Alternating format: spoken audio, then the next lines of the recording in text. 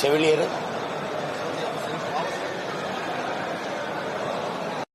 ஒரு நல்ல அரசு என்பது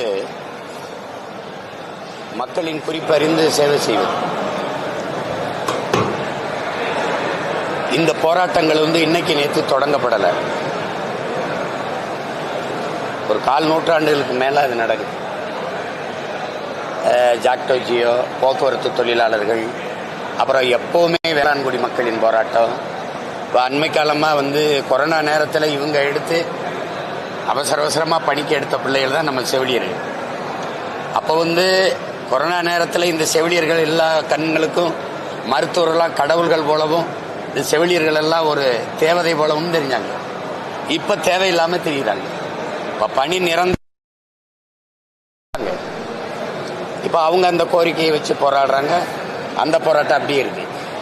இங்கே துப்புரவு பொறியாளர்கள், அந்த பணியாளர்கள் எங்களை தனியார் வயப்படுத்தாதீங்க, பணி நிரந்தரம் செய்யுங்கிற கோரிக்கையை வச்சு அவங்க வீதியில் நின்று போராடுறாங்க. அதுக்கப்புறம் ஆசிரியர்கள் சம வேலை சம ஊதியம், பகுதி நேர ஆசிரியர்கள் பணி நிரந்தரம், தேர்வு எழுதிட்டு பணி நியமனத்துக்காக காத்திருக்கிற பல்லாயிரக்கணக்கான ஆசிரியர்கள். அப்ப இதுல நாடே ஒரு போராட்ட களமா இருக்கும்போது நல்லாட்சி என்பது வெறும் சொல்லாட்சி ஆயிருக்கு, வெறும் வார்த்தையை வெற்று வார்த்தையாயிருக்கு. அவ்வப்போது மடிக்கணினி கொடுக்குறோம், விடுபட்ட 36 லட்சம் பேருக்கு மறுபடி மகளிருக்கு ஊக்கத்தொகை, உரிமை தொகை 1000 ரூபாய் கொடுக்குறோம். இந்த மாதிரி வேலைகளை செஞ்சு மக்களை ஏமாற்றி வாக்கை பறிக்கிறதுல தான் இவங்க இருக்கிறாங்க. உங்களுக்கு அறிவை வளர்க்கும் ஆசிரியர் பெருமக்கள், அறிவு கருவறையின் தாயாக இருக்கிற ஆசிரியர் பெருமக்கள் வீதியில் வந்துட்டா அந்த நாடு எதை நோக்கி நகருது அப்படின்னு நீங்க பார்க்கணும். இதே மாதிரி டாஸ்மார்க் பணியாளர்கள் வீதியில் நின்று போராடினா இப்படி கண்டுக்காம புறந்தள்ளுமாங்கிறது மட்டும் பாருங்க இந்த அரசு. அவர்கள் கோரிக்கையை உடனே ஏற்குமா இல்லையா? அப்ப எப்படி எதை நோக்கி நகருது ஆட்சி முறை, எதை நோக்கி நகருது? குடிச்சிட்டு செத்தவனுக்கு 10 லட்சம் கொடுக்குது. படிக்க போற பிள்ளை நீங்கட்டுனா பள்ளிக்கூடம் சரியில்லாம தான் விழுந்து செத்துருக்கான். அவனுக்கு என்ன கொடுத்த நீ? நாட்டின் பாதுகாப்புக்கு எல்லையில் நின்று போராடி செத்து வரான்ல அந்த ராணுவ வீரன் குடும்பத்துக்கு நீ என்ன கொடுக்குற நீ? அப்ப எதை நோக்கி இந்த ஆட்சி முறை நகருதுன்னு பாருங்க. ரொம்ப ரொம்ப கொடுமையான ஆட்சி இது. இந்த கட்சிகள் தொடர்ச்சியா செய்து கொண்டு வருது. மாறி மாறி இவங்க ஆட்சியில் இருக்கும்போது அவங்க எதிர்த்து பேசுறதும் பாருங்க. இதே போராட்டம் ஆசிரியர்கள் இந்த சம வேலை சம ஊதியம் திமுக ஆட்சியில மட்டும் எழல இந்த கோரிக்கை, அவங்க ஆட்சியில எழுந்துச்சு. இப்ப நாங்க வந்தா நிறைவேற்றுவோன்றாங்க. இவங்க எதிர்கட்சியா இருக்கும்போது நாங்க வந்தா நிறைவேற்றுவோங்கிறாங்க. ஆனா வந்தபோது நிறைவேற்றலையே. அப்ப தேர்தல் அரசியலை நோக்கியே இவங்க குறிவைக்கிறதுனால மக்கள் அரசியலை பற்றி கவலைப்படுவதில்லை. வாக்கு அரசியலே இவங்களுக்கு குறியா இருக்கிறதுனால, நோக்கமா இருக்கிறதுனால வாழ்க்கையை பற்றி, மக்களின் வாழ்க்கையை பற்றி சிந்திக்கிறது இல்லை. நிக்கிறவன்லாம் யாரு? வீதியில் நிக்கிறவன்லாம் யாரு? படிச்சவன், பிள்ளைகளுக்கு பாடம் சொல்லி அறிவார்ந்த சமூகத்தை உருவாக்குற மதிப்புமிக்க ஆசிரியர் பெருமக்கள், செவிலியர்கள். என்ன நோய் இருந்தாலும் தொட்டு அவங்களுக்கு சேவை செய்து உயிர் காக்கிற ஒரு சேவை செய்கிற சேவை பெண்கள் வீதியில் நிற்கிறாங்க. அப்ப எதை நோக்கி நாடு நகருது? போக்குவரத்து தொழிலாளி வீதிக்கு வந்துட்டான், மருத்துவர் வீதிக்கு வந்துட்டான், மீனவன் வீதியில் கத்துறான், மாணவன் கத்துறான். இங்க ஆசிரியர் பெருமக்கள் வந்துட்டாங்க. வேளாண்குடி மக்கள் எங்க விளைநெல்லை நீங்க நாங்க விளைய வச்ச நெல்லை கொள்முதல் செய்து ஒரு நல்ல பாதுகாப்பு கிடங்குல, சேமிப்பு கிடங்குல வைங்கன்னு சொல்லி, நான் விளைய வச்ச நெல்லை வெம்பாடு விட்டு விளைய வச்சு கொண்டாரன், வீதியில போட்டு முளைக்க வைக்கிறியே. இப்ப நீ எதை நோக்கி நகர்த்துற ஆட்சியை? இப்ப டாஸ்மாக் சரக்கு அப்படி வீதியில் போடுவியா? சொல்ல. சாராயத்தை பாதுகாக்கிற நீ சாப்பிடுற உயிர் தேவையா இருக்கிற உணவு பண்டத்தை வீதியில போடுறியே. அப்ப ஒரே வழிதானே இருக்கு, இவங்களை தூக்கி வீதியில போடுறத தவிர வேற என்ன இருக்கு? மக்களுக்கு என்ன வழி இருக்கு கேட்டா, நாங்க அருமையான ஆட்சியை கொடுத்துக்கிட்டு இருக்கோம், குறையில்லாத ஆட்சியை கொடுத்துக்கிட்டு இருக்கோம் அப்படி ஒரு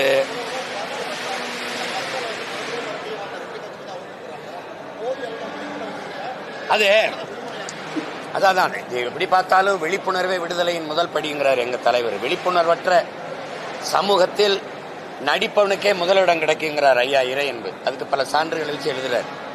அதுல மாதிரி என் சமூகம் விழிப்புணர்வு அற்று போனதுக்கு காரணம் இது திட்டமிட்டு மொழிப்பற்று இனப்பற்ற அழிச்சு சாதிப்பற்று மதப்பற்ற ஊட்டிடுச்சு. ரெண்டாவது மதிமயங்கி சிந்தனை இழந்து உடல் திறனற்று போகிற சாராயத்தை அரசு பொதுமைப்படுத்திடுச்சு. அதுக்கப்புறம் கணக்கில்லாத திரைக்கவர்ச்சி, சகிக்க முடியாத திரைக்கவர்ச்சி, கண்ணு வழியே காது வழியே போதை ஏத்துற திரைக்கவர்ச்சியில மூழ்க வச்சிருச்சு. இப்ப நீங்க பாருங்க, இந்த திமுக ஆட்சிக்கு வருவது மாணவர் எழுச்சியில தான், மொழி புரட்சியில தான் வருது. மாணவர்களை இவங்க அவன் தன்னெழுச்சியா போறான் மொழி மேல இருந்த பற்றல. அந்த கிளர்ச்சியை வச்சு ஆட்சிக்கு வந்தது. அதிகாரிக்கு அரியணைக்கு வந்தவன மாணவர் அமைப்பு இருந்தா ஒருவேளை நம்ம ஆட்சியை எடுத்து போறான்னா கட்டுப்படுத்த முடியாதுன்னு மாணவர் அமைப்புக்கு தடை விதிக்குது. புரியுதுன்னு நினைக்கிறேன். கல்லூரியில அரசியல் பேசக்கூடாது, பள்ளியில அரசியல் பேசக்கூடாது, ஆனா சினிமா பேசலாம். நான் சொல்றது புரியுதா? அப்ப கல்லூரியில அரசியலை விட ஆகச்சிறந்த கல்வி உலகத்துல ஏதாவது உண்டா சொல்லு. அரசியலை கற்பிக்காத கல்வி இல்லை, அரசியலை தாண்டி ஆகச்சிறந்த கல்வி இல்லை. அதை விட்டுவிட்டு சினிமா பேசலாம், அரசியல்வாதி வரக்கூடாதுன்னு கல்லூரி விழாவுக்கு நடிகர் நடிகை இயக்குனர் அங்க மேடையில எந்த எழுச்சி எதுவும் கிடையாது. மொழி சார்ந்தோ நிலம் சார்ந்தோ வளம் சார்ந்தோ பண்பாடு சார்ந்தோ பாட்டு இருக்காது. திரைப்பாட்டு, அதுக்கு நடனம்.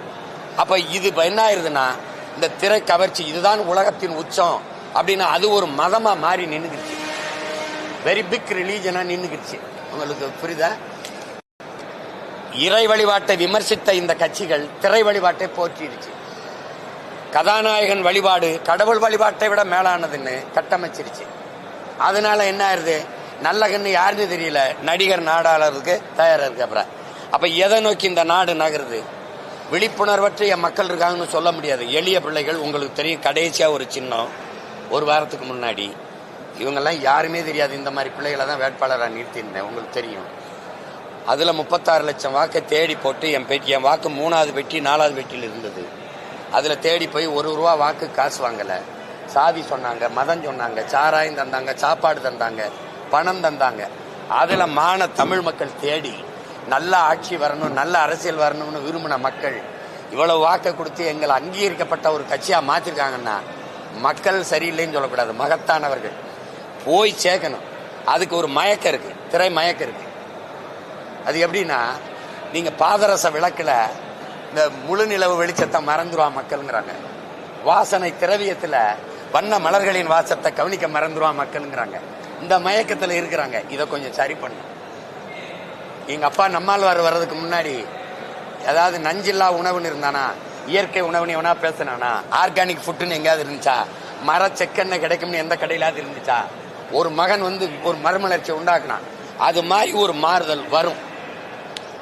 அது எப்ப லெனின் என்ன சொல்றாரு, இதுவரை வாழ்ந்தது போல இனி வாழ முடியாதுங்கிற நிலை உருவாகுமானால் மக்கள் தாங்களே புரட்சி செய்வார்கள்ங்கிறார். அதுக்கு சான்று இலங்கை, அதுக்கு சான்று பங்களாதேஷ், அதுக்கு சான்று நேபாள். இந்த சுத்தி நடந்தது. எல்லா வீட்லயும் தீப்பற்றி எரிஞ்சிருச்சு. என் வீடு எரியாதுன்னு நான் உறுதி தர முடியாது. எரியும். அந்த தீ தான் புரட்சி தீ. கொஞ்சம் பொறுத்துருங்க, நடக்கும். அதுக்கு தான் நாங்க எல்லாரும் ஆளுக்கு ஒரு தீப்பந்தத்தை எடுத்துட்டு போறோம். இந்த தீ நாங்க தீ இல்ல, எங்க முன்னோர்கள் ஏற்றி வச்ச தீ.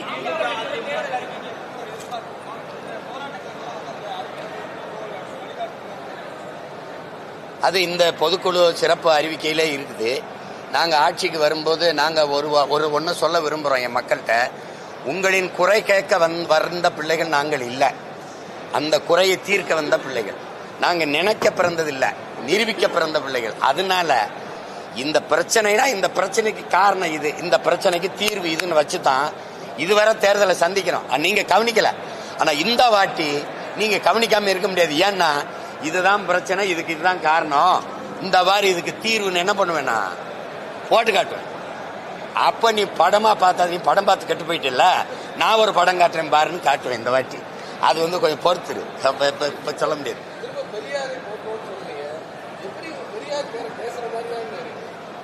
பெரியார் யாருன்னு சொல்லிட்டு போட்டுருவோம். பாருங்க, இல்ல பெரியாருங்கிறவர் அவர் தான் நீ நினைக்கிற பத்தியா, அதுதான் தவறு. அதை மாத்துறதுக்கு தான் இப்ப 3ஆம் தேதி கூட்டம் போட்டிருக்கேன். உங்களுக்கு புரியுதா? நீ என்னவோ அவர் தான் பெரியாருன்னா, நீங்க ராமசாமி ஐயா தான் பெரியார், அங்கிட்டு நில்லு. என் இனத்தின் முன்னோர் ஒவ்வொருவனும் பெரியார், என் பக்கவா. புரியுதா உனக்கு? இந்த உட்கார்ந்துருக்கா பத்திலா, இவ யாருன்னு தெரியுமா? முத்தமிழ் காவலர் என் தாத்தன் கியாப்பை விஸ்வநாதரோட பேத்தி காஞ்சிபுரத்துல போட்டிடுறான். நீ என்ன பேசுக்க? இது யாரு தெரியுமா? என் மக, என் இனக்காவலன் பிரபாகரன், வனக்காவலன் வேறு வீரப்பனுடைய மக. நீ சும்மா இது பண்ணிக்கிட்டு கூடாது. எனக்கு இங்க பாரு, என் மொழி காக்க, இனம் காக்க, என் எல்லை காக்க போராடி உயிர் நீத்த ஒவ்வொருவனும் பெரியார். நீ வந்து பாரு, நீ பெரியாரை போற்றுவோம். அது என்ன சொல்றது? பெரியாரை பேணாது ஒழிகில் பெரியாரால் பேராய் இரும்பை தரும். யார் பெரியார்? செயற்கரிய செய்வார் பெரியார், சிறியர் செயற்கரிய செய்யாதார்.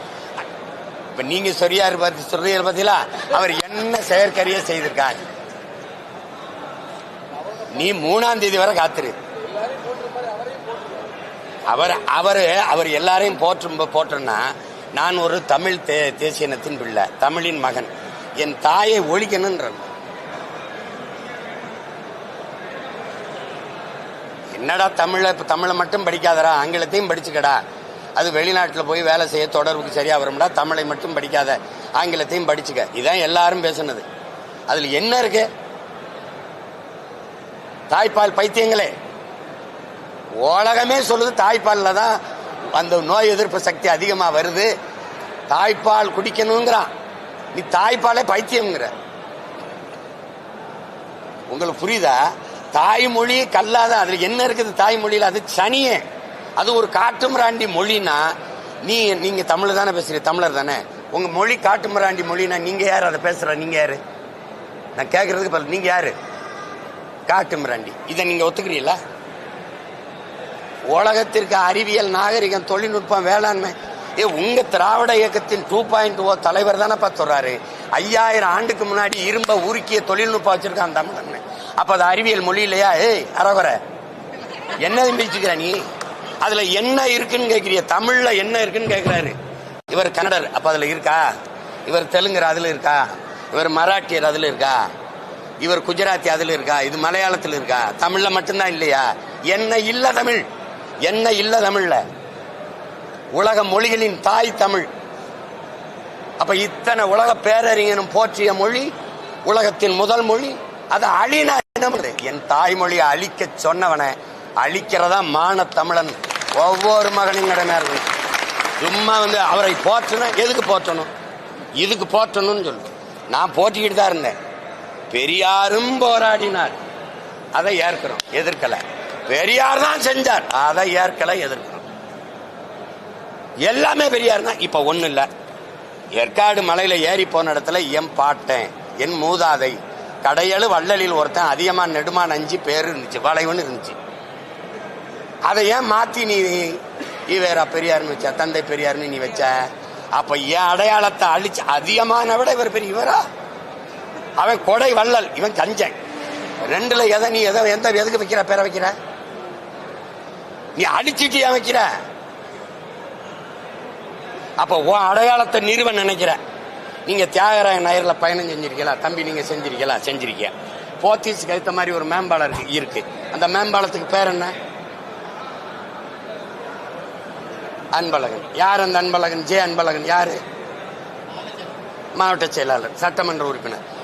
மக்கள் காசுல அவ்வளவு பெரிய மேம்பாலத்தை தலைநகர்ல ஒரு வணிக நகர்ல கட்டி ஜே அன்பழகன் அந்த வைக்கிறீங்களே, இது யாருடைய அடையாளம்?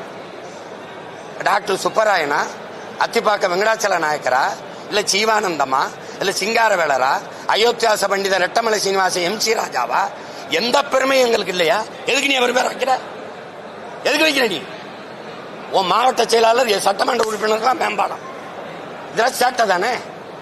சொல்லுங்க. ஏன் அங்க சவுந்தரபாண்டியன் நாடார்னு நீ சொல்ல? நீ சாதிய ஒழிப்ப. பாண்டி பஜார்னு வைக்கிற. பாண்டி என்னது, பஜார் என்ன மொழி? அது சவுந்தரபாண்டிய நாடார் பேரை சொல்ற தெருன்னு யாருக்கா தெரியுமா? நீங்க சொல்லுங்க, யாருக்கா தெரியுமா? ஏன் அந்த மேம்பாலத்தில் கூடாதா? எங்க தாத்தன் சிங்காரவேலர் பேரைய, சிவானந்தர் பேரைய வைக்க கூடாதா? கக்கன் பேரு, காமராஜர் பேரு, முத்துராமலிங்கத்தோர் பேரைய வைக்க கூடாதா? சொல்லுங்க, நீங்க சொல்லுங்க.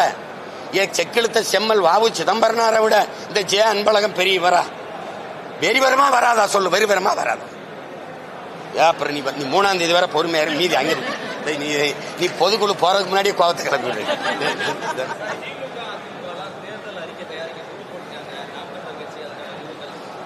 போன ஆண்டு தயாரிச்ச தம்பி, கவனியாத நீ, போன ஆண்டு தயாரிச்ச அறிக்கையில் இருந்து இது என்ன மாறும்? இதெல்லாம் வந்து தம்பி நீ வர்றா, நாட்டை ஆண்டவங்க, எதிர்கட்சியா இருக்கிறவங்க தொகுதியா போய் இப்பதான் பிரச்சனைகளை கேட்டு அறிக்கை கொடுக்க போறோம்னா இந்த அறிக்கையை வச்சு தீ வச்சு கொளுத்தாம என்ன பண்ணுவேன்? இந்த அறிக்கை போன ஆண்டு கொடுத்த அறிக்கையில இது என்ன மாறும்? என்ன மாறு? என்ன அறிக்கை? மக்களின் பிரச்சனை என்னன்னு தெரியாம எதுக்கு அதிகாரத்தில் இருக்க? ஒரு வெற்று வெற்று வேலை. இதெல்லாம் ஒரு சடங்கு. இதெல்லாம் ஒரு சடங்கு. புரியுதா? சும்மா ஒரு மாலையை போடுறது, மாலையை போட்டு ஜெயலலிதா அம்மா இதுல, எம்ஜிஆர் இதுல, அப்படி இதுல எல்லா இதுலயும் போட்டு சாமியை கும்பிடுறது, எல்லாரும் கும்பிடுறது. ஒரு வெற்று அறிக்கை. நாங்க வந்து எலெக்ஷன் மேனிஃபெஸ்டோங்கிற தேர்தல் அறிக்கை கொடுக்கறது இல்லை. நீங்க பார்த்திருப்பீங்க. ஆட்சியின் செயல்பாட்டு வரைவுன்னு ஒரு புத்தகம் வெளியிட்டோம். அதை வாங்கி படிச்சு பாருங்க. மக்களரசு.comல இருக்கு. இந்த வாட்டி மேலும் நிறைய பிரச்சனை கூடுதல் ஆயிட்டதுனால அதையும் சேர்த்து அதுக்கு தீர்வோட வெளியிடுறோம். அச்சாவும் கொடுக்குறோம், காணொலி அவலமும் காட்டுறோம். உனக்கு மரம்னா என்னன்னு தெரியாது, மலைனா என்னன்னு தெரியாது, கடல்னா என்னன்னு தெரியாது, நீர்னா என்னன்னு தெரியாது, நிலைனா நிலம்னா ஆறுனா மண்ணுனா ஒன்னும் தெரியாது. ஒரு கூட்டம் இது.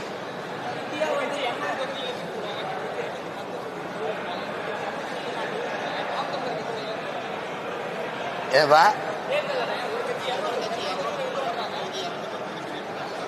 200 ஓட்டுக்கு 200, அதுதான் கணக்கு. என்னம்மா அதான் 200 ரூபா ஊபிஸ்ன்னு சொல்றாங்கல்ல. நமக்கு 234 தான் இலக்கு. நாங்க அவளை வெல்லுவோம் இவளை வெல்லுவோம். ஒரு புரியுதா உங்களுக்கு? அதுல எங்களுக்கு வந்து ஒரே இலக்கு, இந்த நாட்டின் அதிகாரத்தை கைப்பற்றுவது, தமிழன் அறம் சார்ந்த ஆட்சியை நிறுவுவது, உலகத்தின் தலை சிறந்த நாடா மாற்றுவது. நீ எப்படி என் முன்னோர்கள் கனவு வச்சிருக்கான், ஒரு கனவு வச்சிருக்கான், வகுத்து வச்சுட்டு போயிருக்கான். ஏன்னா அறம் சார்ந்து வாழ்ந்த ஆட்சி செய்த மறவர் கூட்டம் நாங்க. அந்த ஆட்சி முறையை கொண்டு வரணும்னு நினைக்கிறோம். அது உங்களுக்கு வந்து அது தெளிவா நான் விளக்கி ஒவ்வொரு கூட்டத்திலையும் நான் பேசுவேன். இப்ப வந்து அது பேச நேரம் இல்லை, காலம் இல்லை.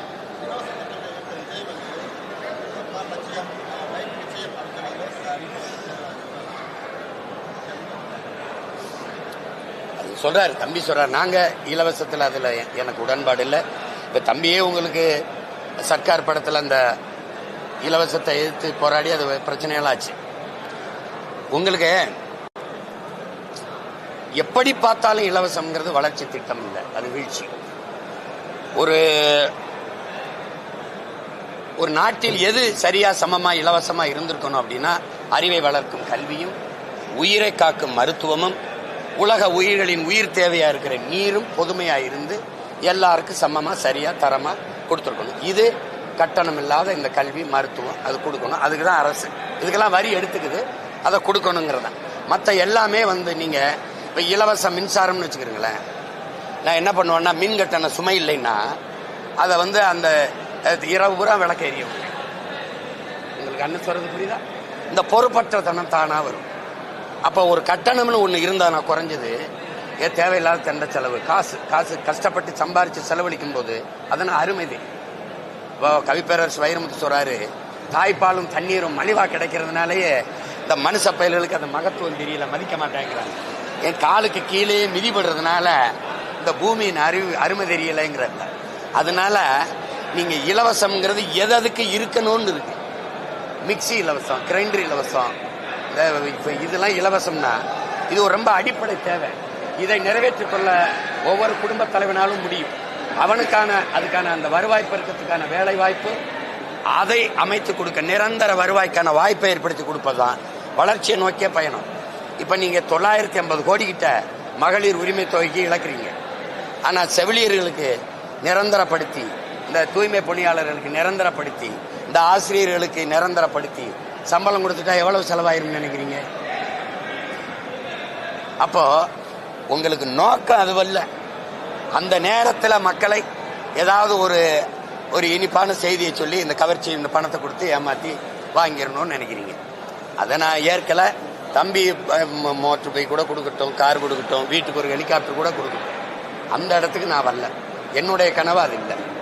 அவனே தன் உழைப்புல காரு மோட்டர் பைக்கு வாங்கிக்கிற அளவுக்கு வேலை வாய்ப்பு, வருவாய் பெருக்கத்தை உருவாக்கணுங்கிற கனவு தான் என்னோட.